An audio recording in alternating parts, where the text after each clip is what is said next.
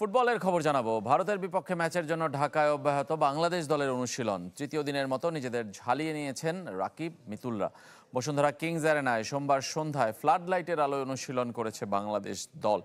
গুরুত্বপূর্ণ ম্যাচ সামনে রেখে মাঠে এবং মাঠের বাইরে শিষ্যদের উজ্জীবিত রাখছেন হেড কোচ হাভিয়ের কাবরেরা।